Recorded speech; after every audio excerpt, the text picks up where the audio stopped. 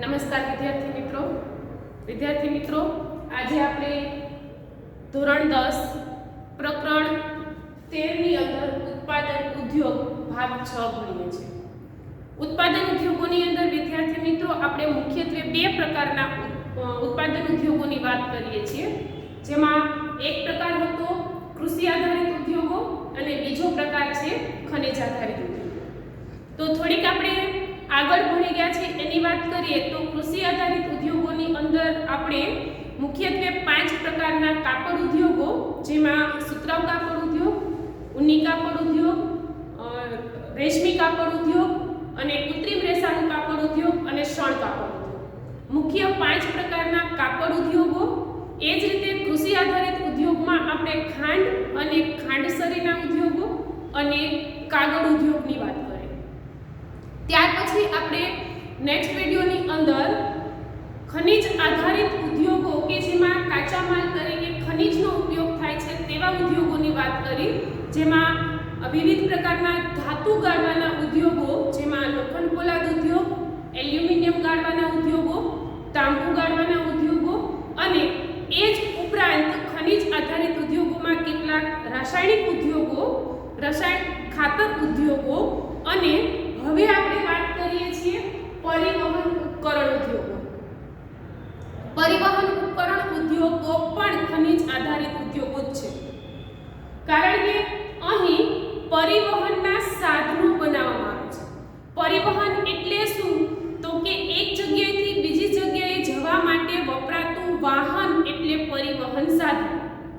તો સડક માર્ગ ઉપર, હવાઈ માર્ગે, જળ માર્ગે અને પટરી ઉપર એમ અલગ અલગ માર્ગ ઉપર ચાલતા પરિવહનના સાધનો કે જે દુનિયાના વહીવટને કે વ્યવહારને ખૂબ જ સરળ અને ઝડપી બનાવે છે, એવા પરિવહન ઉદ્યોગોની અંદર આપણે લાસ્ટ વિડિયોમાં રેલવે વિશે વાત કરી। આપણે જાણીએ છીએ કે એવું કેવું હોય તો કહી શકાય કે વિશ્વનું સૌથી મોટું રેલવે જંકશન કે સૌથી મોટું રેલવે પરિવહન તંત્ર છે તે ભારતનું છે। ભારતમાં આજથી પ્રાચીન સમય પહેલા પણ એવું કહેવાય કે ભારતમાં રેલવેની શરૂઆત ક્યારે થઈ તો કે 1853માં ડેલહાઉસીના સમયકાળ દરમિયાન, કે જ્યારે ભારતમાં અંગ્રેજોનું શાસન હતું। ત્યાર પછી ભારતમાં એક જગ્યાએથી બીજી જગ્યાએ જવા માટે મોસ્ટ ઓફ રેલવેનો ઉપયોગ થતો। છેલ્લે આપણે ભણ્યા કે ભારતની અંદર પ્રાચીન સમયમાં એટલે કે આજથી 200-300 વર્ષ પૂર્વે વરાળ એન્જિનનો સૌપ્રથમ શોધ થઈ અને વરાળ એન્જિનથી રેલવેની શરૂઆત થઈ। પણ હવે ભારતની અંદર વરાળ એન્જિન માત્ર ને માત્ર હેરિટેજ રેલવે તરીકે એટલે કે પ્રવાસન રેલવે તરીકે જ ઉપયોગમાં લેવાય છે। વરાળ એન્જિનના સ્થાને આજે વિદ્યુત એન્જિન અને ડીઝલ એન્જિન આવ્યા અને એ વિદ્યુત એન્જિન અને ડીઝલ એન્જિન કે રેલવેના અન્ય ઉપકરણો છે તે ભારતનું રેલવે તંત્ર જ બનાવે છે। ભારતનું સૌથી મોટું કેન્દ્ર સંચાલિત કોઈ તંત્ર હોય તો તે છે રેલવે, અને રેલવે તંત્રની કે રેલવે ડિપાર્ટમેન્ટની પોતાની આગવી કંપનીઓ છે કે જે કંપનીઓની અંદર રેલવે એન્જિન, મુસાફરોના ડબ્બા, માલગાડીના ડબ્બા કે અન્ય રેલવેના પાટા કે અન્ય ઉપકરણો છે તે તૈયાર કરવામાં આવે છે। આમ છતાં જરૂરિયાતની પૂર્તિ માટે ખાનગી ક્ષેત્રે પણ રેલવે ઉપકરણોનું ઉત્પાદન થાય છે, અને એ ખાનગી ક્ષેત્ર કયું તો કે જમશેદપુર ખાતે આવેલું ટાટા લોકોમોટિવ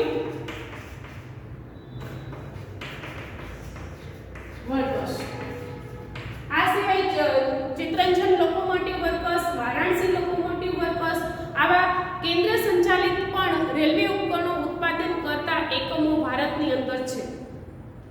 એ જ પરિવહન ઉદ્યોગોની અંદર હવે આપણે વાત કરીએ સડક વાહનો, ધોરીમાર્ગ ઉપર ચાલતા વાહનો। ઘણા સમયથી ભારત સડક વાહનનું ઉત્પાદન કરતો આવ્યો છે, પરંતુ ઈસવીસન 1947 પછી ભારતે પોતાની આગવી કંપનીઓ સ્થાપી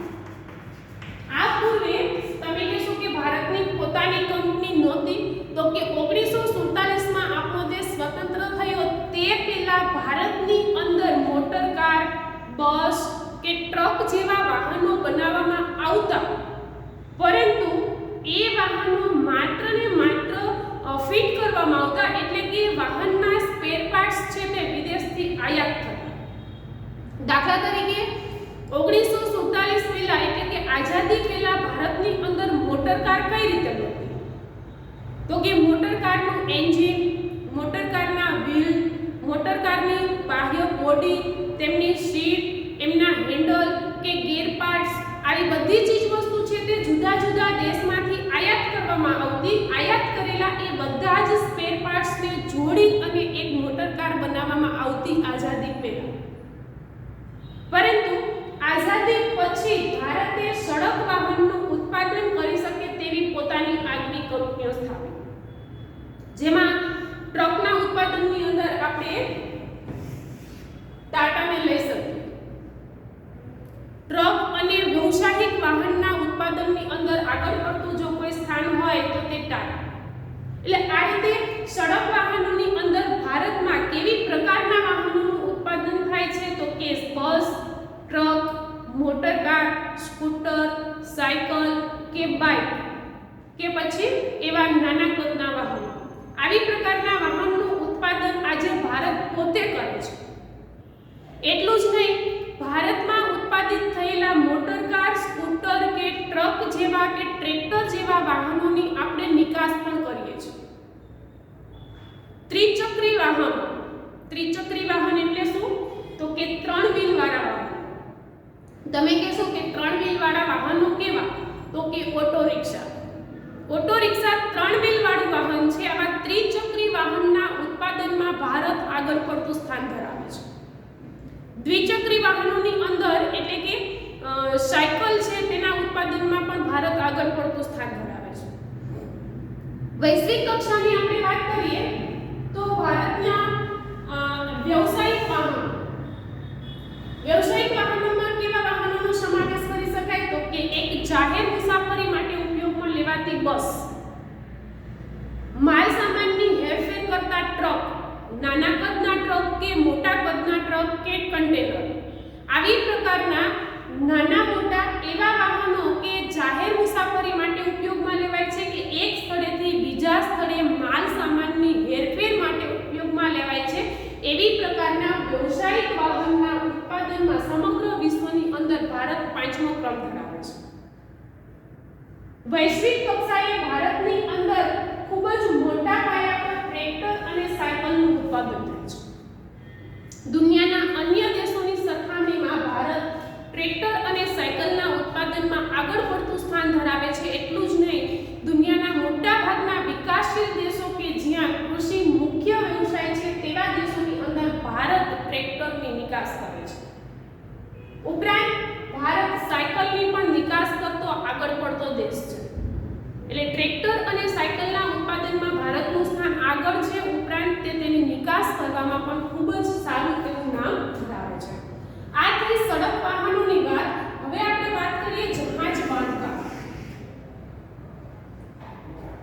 ભારતનો પ્રાચીન સમયનો વ્યાપાર મોટા ભાગે જળમાર્ગે થતો, અને પ્રાચીન વ્યાપારની અંદર ભારત વિશ્વભરની અંદર આગવું સ્થાન ધરાવે છે. આપણે બધા જ જાણીએ છીએ કે ઇતિહાસની અંદર આપણે ડોક્યુ કરીએ તો દુનિયાના ઘણા બધા દેશો સાથે ભારતનો વ્યાપાર રહ્યો છે જળમાર્ગે, અને એટલે જ કદાચ ભારત ગુલામીનો ભોગ બન્યો એ પણ આપણે જાણીએ છીએ. તો જળમાર્ગે એક જગ્યાએથી બીજી જગ્યાએ ચીજવસ્તુની આપ-લે કરવા માટે કે એક જગ્યાએથી બીજી જગ્યાએ મુસાફરોની હેરફેર કરવા માટે જળમાર્ગે ચાલતા જહાજોની જરૂર પડે છે. તો ભારત જહાજ બાંધકામની અંદર પણ ખૂબ જ સારું એવું નામ ધરાવે છે. જહાજ બાંધકામ ભારતમાં પ્રાચીન સમયથી થતું આવે છે. આજે તો ખૂબ જ મોટા કદના લાખો ટન વજન ધરાવતા જહાજો પણ ભારતની અંદર તૈયાર થાય છે, અને એ જહાજોનું નિર્માણ કરતા મુખ્ય 5 કેન્દ્રો છે. એક છે આંધ્રપ્રદેશનું વિશાખાપટ્ટનમ, બીજું છે કેરળનું કોચી, મહારાષ્ટ્રનું મુંબઈ, ગોવાનું માર્મગોવા અને પશ્ચિમ બંગાળનું કલકત્તા. આ 5 કેન્દ્રો છે કે જ્યાં ખૂબ જ મોટા કદના અને મધ્યમ કદના જહાજો છે તે તૈયાર કરવામાં આવે છે.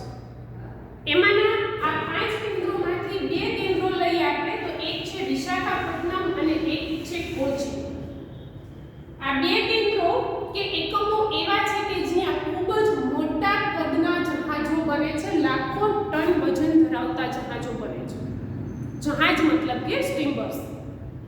તો આ બે કેન્દ્રોની અંદર સૌથી મોટા કદના જહાજો તૈયાર કરવામાં આવે છે. એ ઉપરાંત મુંબઈ, માર્ગોવા અને કલકત્તાની અંદર પણ ખૂબ જ માલસામાનની મોટા પાયા પર હેરફેર કરી શકે તેવા જહાજો પણ બને છે.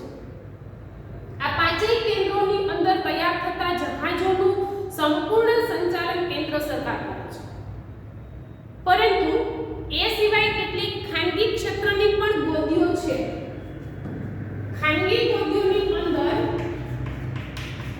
સ્થાનિક જરૂરિયાતોની પૂર્તિ કરી શકાય તેવી પ્રકારના નાના સ્ટીમર કે વહાણ છે તે તૈયાર કરવામાં આવે છે. દાખલા તરીકે ગુજરાતનું અલંગ, ગુજરાતના ભાવનગર જિલ્લાનું અલંગ છે કે જે ખંભાતના દરિયા કિનારે આવેલું છે, ખંભાતના અખાત પાસે આવેલું છે. આ અલંગની અંદર કેટલીક ખાનગી ક્ષેત્રે ચલાવવામાં આવતી ગોદીઓ એવી છે કે જે મોટા કદના સ્ટીમર્સને કે જહાજને તોડી અને તેમાંથી સ્થાનિક જરૂરિયાતને પૂરી કરી શકાય તેવી નાના કદની વહાણ કે સ્ટીમર તૈયાર કરે છે. એટલે આ તો મેં માત્ર ગુજરાતનું એક્ઝામ્પલ આપ્યું, પણ એ સિવાય ઘણા બધા એવા બંદરો છે કે જે બંદરોની આજુબાજુ આવા નાના એકમો તૈયાર કરવામાં આવ્યા છે જે ખાનગી ધોરણે ચાલે છે. જે એકમોની અંદર જૂના થઈ ગયેલા મોટા વહાણોને તોડવામાં આવે છે અને એના સારા પાર્ટ્સનો ઉપયોગ કરી અને એમાંથી નાના કદનું વહાણ છે તે તૈયાર કરવામાં આવે છે. આ વહાણો ભારતના જ એક ભાગમાંથી બીજા ભાગની અંદર માલ સામાનની હેરફેરમાં વપરાતા હોય છે. એટલે સ્થાનિક જરૂરિયાતોને પૂરી કરી શકાય તેવા નાના કદના જહાજો પણ ભારતની અંદર તૈયાર થાય છે. ત્યાર પછીની વાત કરીએ હવાઈ જહાજ. મુસાફરોના વિમાન માટે હજુ ભારત અન્ય દેશો પર નિર્ભર છે. હવાઈ જહાજની અંદર ભારતે માત્ર હેલિકોપ્ટર જ બનાવ્યું છે. ભારતની અંદર હેલિકોપ્ટરનું ઉત્પાદન શક્ય છે. ભારત પોતાની કંપની જેમ કે એરલાઇન્સ ઇન્ડિયા છે તે ભારતની પોતાની કંપની દ્વારા હેલિકોપ્ટર તૈયાર કરે છે, પરંતુ મુસાફરો માટેના જે વિમાન છે કે ફ્લાઇટ છે તે ભારતમાં તૈયાર થતી નથી. તે આપણે બીજા દેશોમાંથી, જર્મન કે ફ્રેન્ચ જેવા દેશોમાંથી આયાત કરવી પડે છે. પરંતુ હવાઈ જહાજની વાત આવે એટલે લડાયક વિમાન, સૈનિકો માટે ઉપયોગમાં લેવાતું વિમાન કે જેને આપણે લડાયક વિમાન કે લડાઉ વિમાન તરીકે ઓળખીએ છીએ. આવી પ્રકારના લડાયક વિમાન બનાવવામાં ભારત ખૂબ જ નિષ્ણાત છે. ભારત સૈનિકો માટે ઉપયોગી એવું લડાયક વિમાન, એરફોર્સ માટે ઉપયોગી એવું લડાયક વિમાન ભારત પોતે જ બનાવે છે. એ વિમાન માટે આપણે અન્ય દેશ ઉપર આધાર રાખવો પડતો નથી. આવું લડાયક વિમાન ભારતમાં કયા કયા એકમોની અંદર તૈયાર થાય છે તો કે બેંગ્લોર, નાસિક, હૈદરાબાદ અને લખનઉ. ત્યાં સુધી ભારત પોતાની જરૂરિયાત પૂર્ણ કર્યા પછી લડાયક વિમાનની નિકાસ પણ કરે છે. અને ભારત પાસે એવા લડાયક વિમાનો છે કે જે વિમાનની અંદર એક સાથે 25 જેટલા સૈનિકો બેસી અને એરફોર્સ દ્વારા એરફોર્સના સૈનિકો દ્વારા લડાયક યુદ્ધ છે તે કરી શકે અને જેની અંદર તમામ પ્રકારના શસ્ત્રો છે તે યોગ્ય ઉપયોગમાં લઈ શકાય તે રીતે ગોઠવી શકે એવી પ્રકારના લડાયક વિમાન છે તે ભારતની અંદર તૈયાર થાય છે. અને આપણી જરૂરિયાત પૂર્ણ કર્યા પછી અમુક લડાયક વિમાનની આપણે નિકાસ પણ કરીએ છીએ. આ થયા આપણા પરિવહન ઉપકરણ ઉદ્યોગો. ત્યાર પછીની વાત કરીએ તો ઇલેક્ટ્રોનિક ઉદ્યોગ. ઇલેક્ટ્રોનિક ઉપકરણો, વિદ્યુતથી કે વીજળીથી ચાલતા ઉપકરણોએ દુનિયાનો નકશો જ બદલી નાખ્યો. આપણા રોજિંદા જીવનની જીવનશૈલીમાં આમૂલ પરિવર્તન આવ્યું છે. દાખલા તરીકે આજથી અમુક વર્ષો પહેલાની વાત કરીએ તો ઘરની અંદર લાઇટો નહોતી, તો કેરોસીન કે પેટ્રોલિયમ પેદાશ એટલે કે ખનિજ તેલ દ્વારા દીવો પેટાવી અને ઘરની અંદર અજવાળું કરવામાં આવતું. તો તે સમયનું જીવન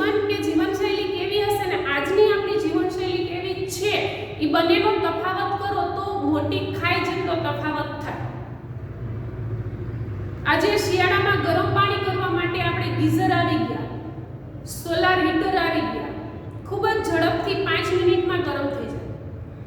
અને આજથી અમુક વર્ષ પહેલા દાદી કે આપણા પરદાદી છે તે ગરમ પાણી કરવા માટે ચૂલો પેટાવતી, ગોબરના છાણા અને લાકડાને સળગાવી અને પાણી ગરમ કરતી.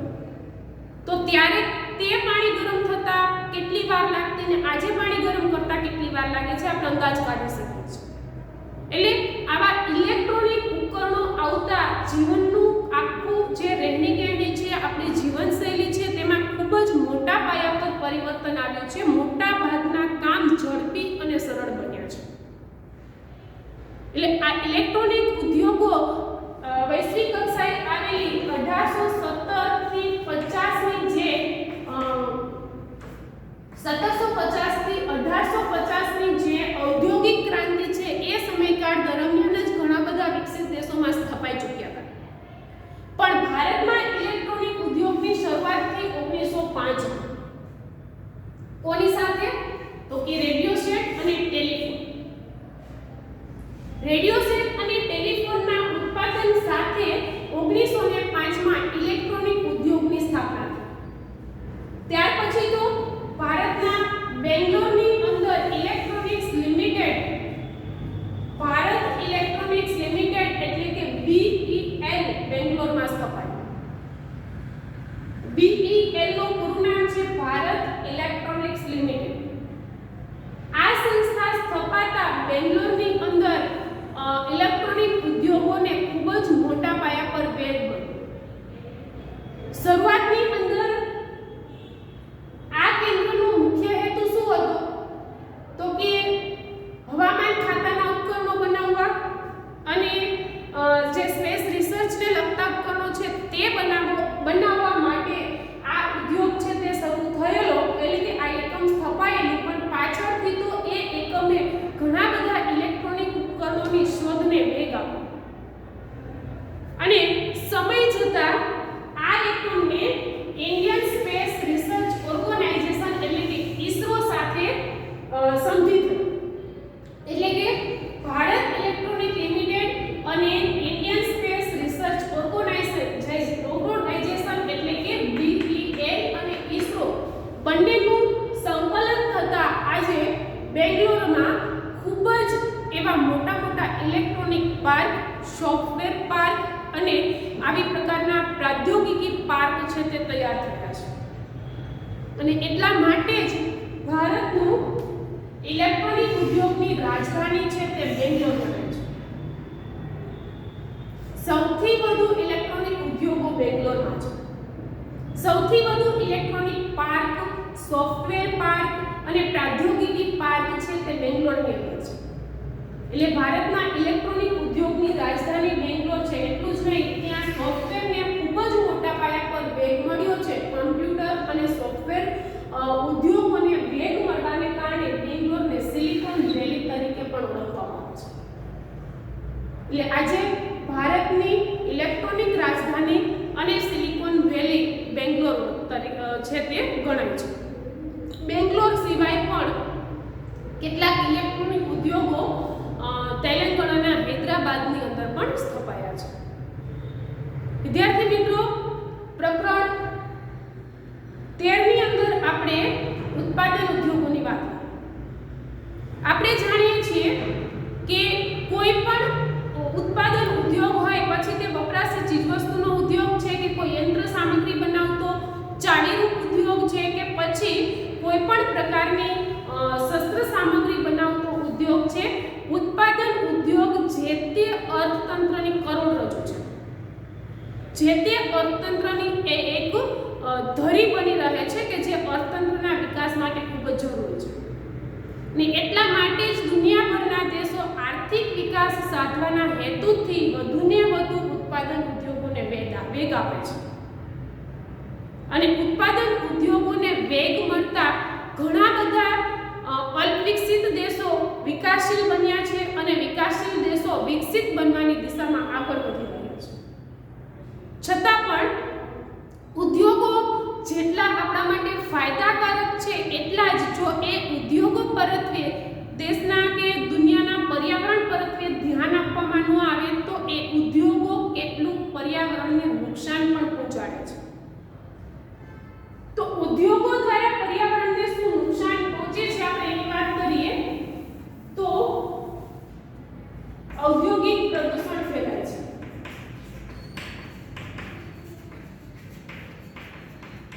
અને અતિક્રમણ ઊભું થાય છે। ઔદ્યોગિક પ્રદૂષણ એટલે શું?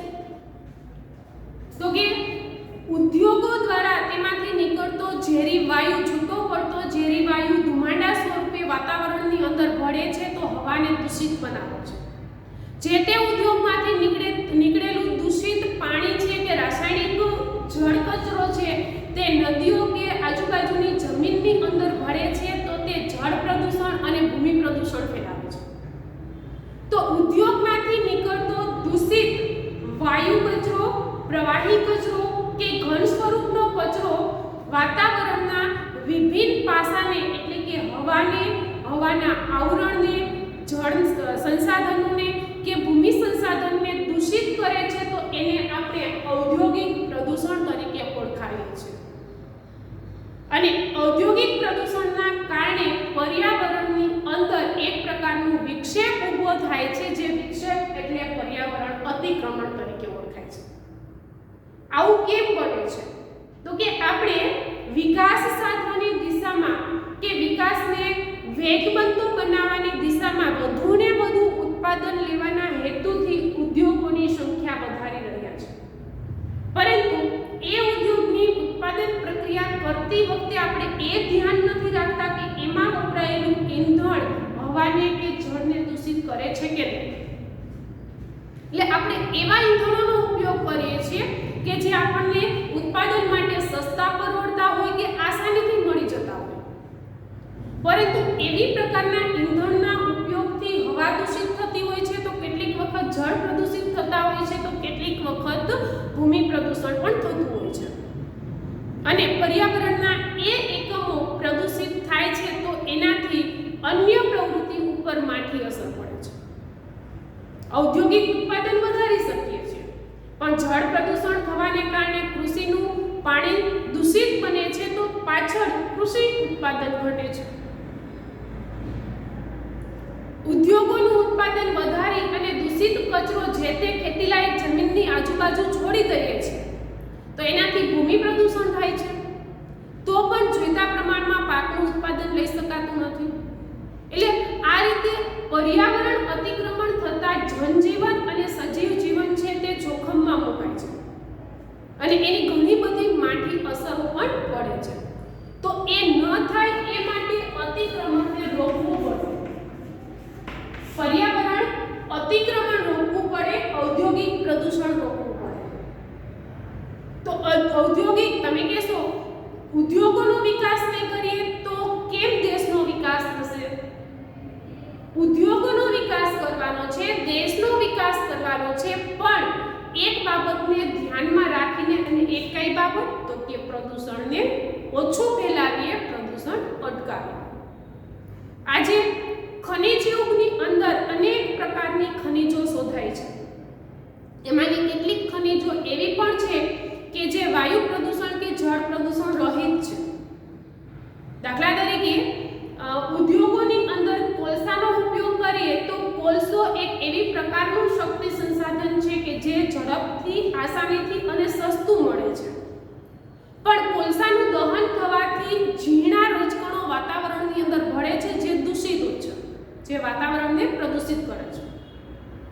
તો કોલસાના સ્થાને હવે તો કુદરતી વાયુ, નેચરલ ગેસ શોધાયો છે।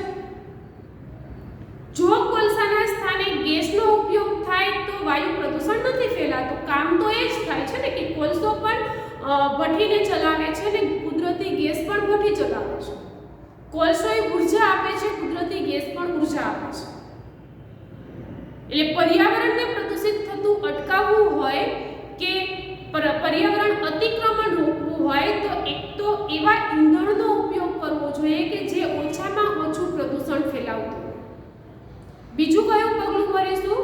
તો કે ઉદ્યોગમાં વપરાયેલા કાચા માલને ઉપયોગમાં લીધા પછી કેટલોક પ્રવાહી કચરો, રાસાયણિક પ્રવાહી કચરો નીકળતો હોય છે, તો કેટલોક રાસાયણિક ઘન સ્વરૂપનો કચરો નીકળતો હોય છે। તો એ દૂષિત થયેલો ઘન કે પ્રવાહી સ્વરૂપનો કચરો કોઈ જળ સંસાધનની અંદર કે ખેતીલાયક જમીનની આજુબાજુ ન છોડવો જોઈએ। તો એના માટે શું કરીશું આપણે? તો કે એ કચરાનું આપણે નિષ્પંદન કરીશું, એટલે કે વર્ગીકરણ કરીશું. જો દૂષિત થયેલું પાણી ફરી વખત ઉપયોગમાં લઈ શકાય એટલે કે તેનું રિસાયકલિંગ કરી શકાય તો તે રિસાયકલિંગ પ્રોસેસમાં મોકલવું જોઈએ. હવે એવા ફિલ્ટર મશીનો આવી ગયા છે કે જે ઉદ્યોગમાં વપરાયેલું પાણી જ્યારે દૂષિત થઈ જાય છે, તે ઝેરી બની જાય છે કે તેમાં કેમિકલ્સ ભળી જાય છે, તો તેને ફરી વખત ચોખ્ખું બનાવી કે ફિલ્ટર બનાવીને ઉપયોગમાં લઈ શકાય તેવા કેટલાક મશીનો પણ આવી ગયા છે. તો એવી ટેકનોલોજીનો ઉપયોગ કરી અને દૂષિત જળને પાછું ચોખ્ખું કે ફિલ્ટર બનાવી ફરી વખત જળ છે તે ઉપયોગમાં લઈ લેવું જોઈએ, અથવા તો સ્વચ્છ કરી અને પછી જે તે જગ્યાએ છોડવું જોઈએ, જેથી કરીને તેનો દૂષિત કચરો આજુબાજુની ખેતીલાયક જમીનને કે જળ સંસાધનને દૂષિત ના કરે. ઘન સ્વરૂપનો કચરો હોય તો એ કચરાનું વર્ગીકરણ કરી લેવું જોઈએ કે જેમાંથી એવી પ્રકારના ધાતુના ટુકડા છે કે પ્લાસ્ટિકના ટુકડા છે કે જેને રિસાયકલ કરી શકાય છે, તો તે ટુકડાને કે તે પ્લાસ્ટિકના કે ધાતુના ટુકડાને જે તે રિસાયકલિંગ પ્રોસેસની અંદર મોકલી દેવા જોઈએ. એટલે ફરી વખત તે રિસાયકલિંગ થઈ અને ઉપયોગમાં લઈ શકાય. અને ઝેરી ઘન કચરો છે તે ખેતીલાયક જમીનોમાં ન છોડતા પડતર જમીનોની આજુબાજુ ખાડો ગાળી અને તેને છોડી દેવું જોઈએ, જેથી કરીને તે ખેતીલાયક જમીનને પ્રદૂષિત ન કરે. વાયુ સ્વરૂપનો કચરો કઈ રીતે ફિલ્ટર થશે? તો કે હવે ઉદ્યોગોમાંથી નીકળતા ધુમાડા છે તે ધુમાડાને પણ ચોખ્ખા કરી કે સ્વચ્છ બનાવીને વાતાવરણની અંદર છોડવામાં આવે છે. એના માટેની પણ ટેકનોલોજી વિકસી છે. તો કેટલીક જગ્યાએ ધુમાડો કાઢતી જે ચીમની હોય છે તે ચીમનીની આજુબાજુ શણનું કાપડ વીંટોળી દેવામાં આવે છે, અને એ શણનું કાપડ છે તે ઝેરી એવા રજકણો છે જેને શોષી લે છે, એટલે વાતાવરણમાં ઝેરી રજકણો છે તે ભળતા નથી. અને એવા જ ઈંધણોનો ઉપયોગ કરીએ કે જે પ્રદૂષણ રહિત હોય. આવી પ્રકારની કેટલીક જે કંઈ પર્યાવરણ અતિક્રમણ રોકવા માટેની પ્રોસેસ છે કે પ્રક્રિયાઓ છે તે પ્રક્રિયાઓ હાથ ધરવી જોઈએ. એટલું જ નહીં, ઉદ્યોગના સંચાલકો, ઉદ્યોગોની અંદર કામ કરતા કામદારોને પણ પર્યાવરણ પ્રદૂષણ વિશે માહિતગાર કરવા જોઈએ, જાગૃત કરવા જોઈએ અને ઓછામાં ઓછું પર્યાવરણ ફેલાવે તે માટે પ્રયત્નશીલ રહેવું જોઈએ. સરકાર દ્વારા એવા કડક નિયમો કે કાયદાઓ ઘડવા જોઈએ કે જે ઉદ્યોગપતિઓને લાગુ પડતા હોય. એવા ઉદ્યોગપતિઓ કે જે એવી પ્રકારના ઉદ્યોગો લઈને બેઠા છે કે જે વધુને વધુ પર્યાવરણને પ્રદૂષિત કરે છે. દાખલા તરીકે પ્લાસ્ટિક ઉદ્યોગ અને લેમિનેટના ઉદ્યોગ. લેમિનેટ એટલે શું? તો કે સનમાઇકો બનાવતા ઉદ્યોગ. આ બે ઉદ્યોગો એવા છે કે જે વધુને વધુ ઝેરી વાયુઓ વાતાવરણમાં ભેળવે છે. તો એના માટે સરકારે એક નિયમ ઘડ્યો છે કે પ્લાસ્ટિક ઉદ્યોગ અને લેમિનેટ ઉદ્યોગો જેટલી જમીનની અંદર ઉદ્યોગ સ્થાપે એટલી જ જમીનમાં સામે વૃક્ષોનું વાવેતર કરે, જેથી કરીને ઝેરી વાયુને વૃક્ષો શોષી લે અને વાતાવરણ સ્વચ્છ રાખે. એટલે કોઈને લેમિનેટ ઉદ્યોગ હોય તો પૂછજો, તમને ખ્યાલ આવશે કે એમનો 2 વીઘામાં કારખાનું હશે તો સામે 2 વીઘાની અંદર તેમને બગીચો કર્યો હશે. કોઈને પ્લાસ્ટિક ઉદ્યોગ હોય તો એને પણ પૂછજો, સરકારનો નિયમ છે. પ્રદૂષણને અટકાવવા માટે આ ઉદ્યોગ બંધ ના કરી શકાય, પણ પ્રદૂષણને કે વાયુ પ્રદૂષણને અટકાવવા માટેના પગલાં ચોક્કસથી ભરી શકાય.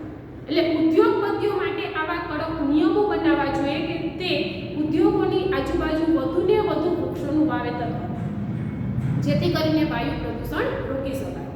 કેટલીક વખત ઉદ્યોગોમાંથી ચલાવવામાં આવતા મશીનોમાંથી ખૂબ જ ઘોંઘાટ નીકળતો હોય છે, જે આજુબાજુના વિસ્તારોમાં વસવાટ કરતા લોકોને નડતરરૂપ થતો હોય છે.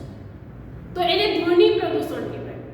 ધ્વનિ પ્રદૂષણ રોકવું હોય તો શું કરવું? તો કે રૂઢ થઈ ગયેલા, જૂના થઈ ગયેલા યંત્રોને રદ કરી દેવા જોઈએ. એટલે સમયાંતરે સરકાર દ્વારા જે તે ઉદ્યોગોની તપાસ પણ થવી જોઈએ.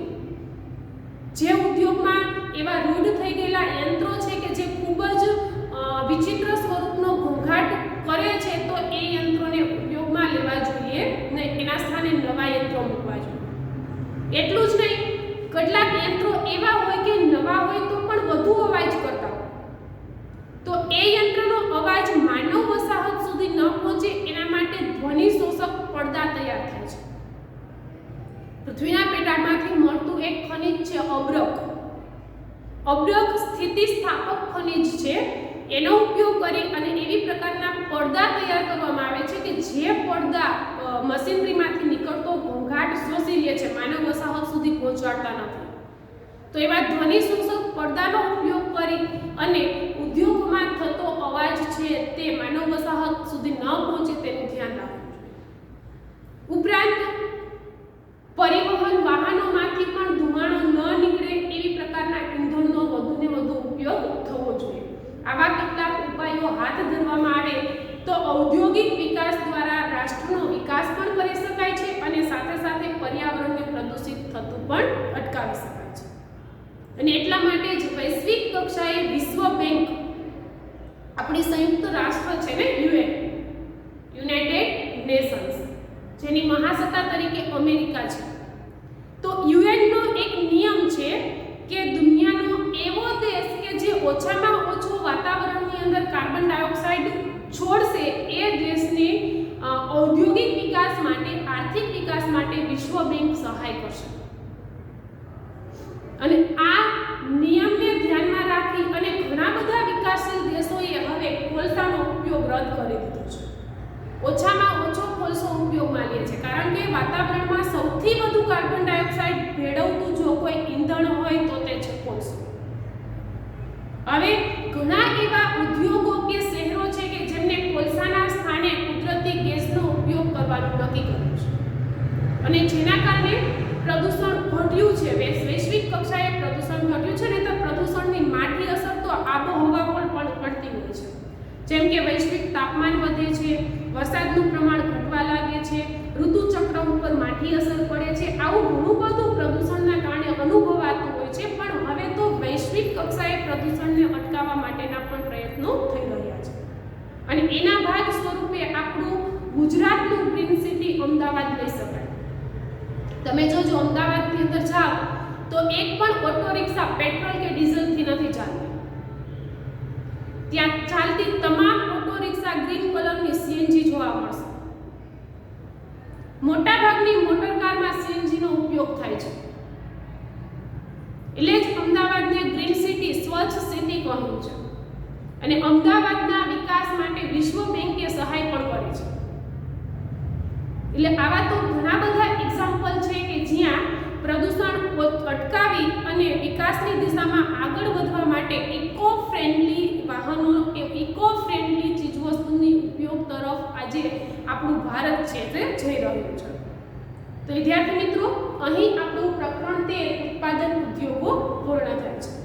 પ્રકરણ 13 ના પ્રશ્નો છે તે મેં ગ્રુપમાં મોકલી દીધા છે, એટલે તમારા જે તે ગ્રુપ ટીચર તમને પ્રશ્નો પણ મોકલી આપશે. આપણે પ્રકરણ 5 અને 13 ના પ્રશ્નો લખવાના બાકી હશે. પરીક્ષા પહેલા પ્રકરણ 11 ના પ્રશ્નો આવી ગયા હતા એટલે મોટા ભાગને લખાઈ ગયા હશે. એટલે 5 અને 13 ના પ્રશ્નો જે મેં મોકલ્યા છે એમાંથી ધીમે ધીમે તમારી યોગ્યતા અનુસાર પાકી બુકની અંદર લખવાના છે. અને હવે પછીનું પ્રકરણ આપણે ઇતિહાસનું પ્રકરણ 6 ભણીશું, જે નેક્સ્ટ વિડીયોની અંદર તમને હું ભણાવીશ. એ પહેલા આપણે જે ઉદ્યોગો વિશે ભણ્યા એ ઉદ્યોગોના મુખ્ય કેન્દ્રો ભારતના કયા કયા શહેરોની અંદર કે કયા કયા રાજ્યોની અંદર છે તે આપણે ભારતના નકશાની અંદર જોઈ લઈએ.